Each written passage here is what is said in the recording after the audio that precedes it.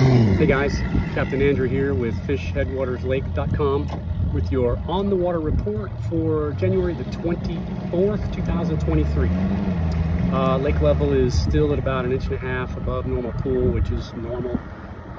Water looks pretty typical, clear in most of the lake. South end's clear, middle lake's clear. The North Lake, some of it's got some murky water, some of it's clear, but it's that same thing. North Lake has always got sort of that greenish tint. Fish in the North Lake don't care. So water's pretty normal.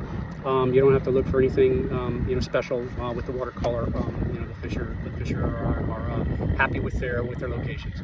Water temperature 65.5 degrees right now, which is just right. I think I saw 62 this morning when I got started. Air temperature was about 60 degrees. It was dead calm first thing this morning. Now we got an east wind blowing a little bit. It's probably actually blowing some warmer air coming in off of the Atlantic. Sort of a post-front condition right now. We had a little cold front come through just a few days ago. It dropped the water temperature a little bit. We had gotten up to 65, 66, and it dropped back down into the 60 degree range, but it's creeping its way back up. Where we should be this time of year, 60, 65 degrees is perfect. For our spawning fish are digging that. They're happy.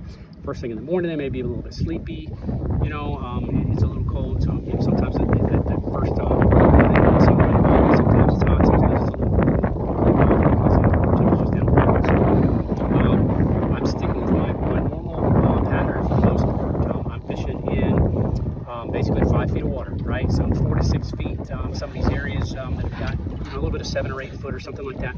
I'm definitely not fishing in the deep water. I'm staying in this shallower areas with lots of hydrilla, thick hydrilla, and I'm looking for these fish that are that are doing their Mardi Gras thing.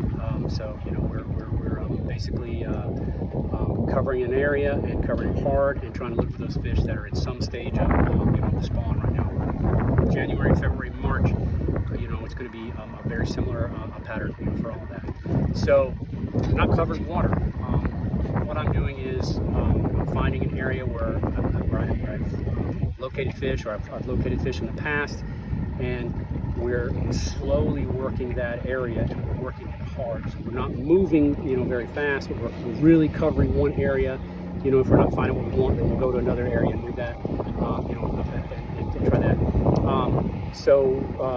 In the last 2 weeks or so, I've had a couple of days where I didn't leave an area the size of a football field, until we just absolutely did what we needed to do there, because the fish were there. Some days, I'm having to do 2 or 3 areas, to try to find the fish that are doing what I want them to do, but I'm making a lot of casts in those, in those areas. And this is grasslands. I'm fishing on grasslands.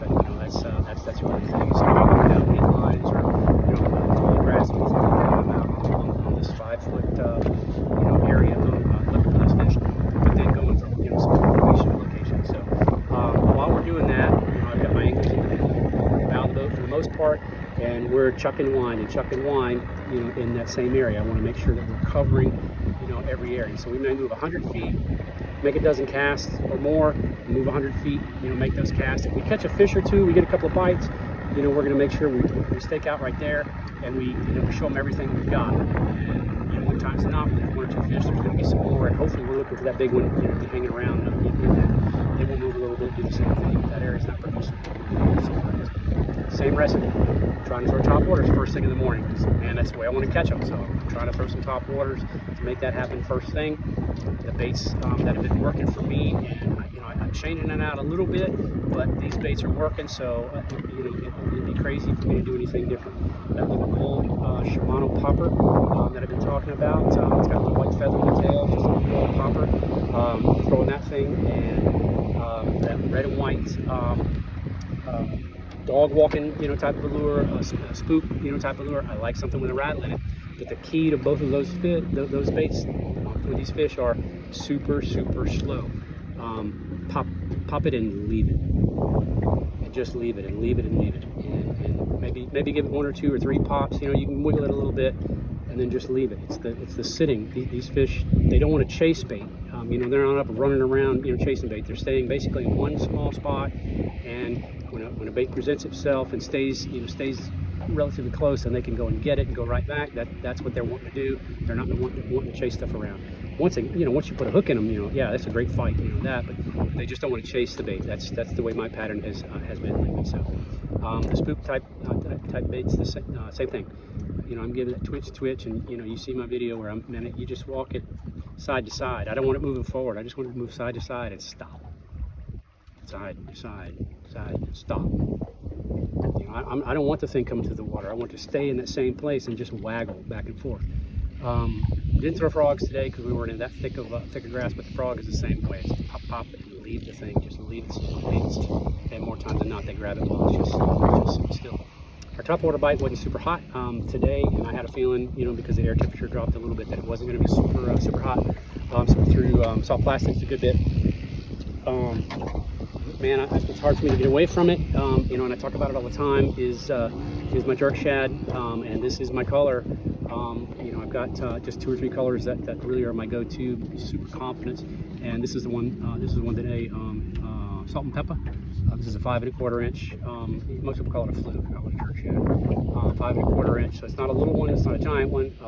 This is a 5/0 extra wide gap hook. I tie it on there with a loop knot. It's unweighted. Again, I'm moving this thing super slow. Throw it out, let it sink really slow. A couple of twitches, don't want to move very far, and then let it sink again. Twitch it, sink again. It's either going to settle on the top of the grass and make a little bit of rustle and bring the fish out, or it may fall in a hole and sink. So let the thing sit off for a long time. Stay in contact with the line. Feel it tick, it's like worm fishing. You can feel that bite. Sometimes when you let the thing fall and you first twitch it, boom, they grab it.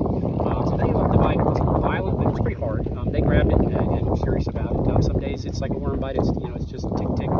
Some days they slam the snot out of it. Today was sort of in between. We felt it today. We did throw bone shaker quite a few times today, because we did pick up and move, because we had a pretty good bit of wind behind us, and I did want to get some baits out there moving around. So this is what we threw today. This is a salt and pepper silver blade. This is a 1/2 ounce, and this is a random soft bait type of trailer. There's a bunch of manufacturers that make them, so this is just some sort of a shad. It's kind of gray, pearl, white, whatever. So it just kind of matches everything together. So this is a kind of a big, again, I call this a paddle tail. Big paddle tail. It's 5, 5.5, 5 1/4. Something like that. So you might think that's an awfully big trailer, but I like that length. I want something that's got some length to it. The girth allows it to float a little bit. Now that sounds counterproductive. You want a 1/2 ounce, but you want something to float. Well, the 1/2 ounce gets the thing down, but that plastic, being that it floats, will keep it from sinking down. It's almost neutrally buoyant, if that makes sense. So once it gets down and you start moving it, it doesn't come right back to the surface, or it doesn't sink anymore. So I do like a little bit of thicker trailer, so I've got a handful of fish on that. So hopefully that helps you guys out, and check back in next few days, and I'll have another report posted up. Thanks.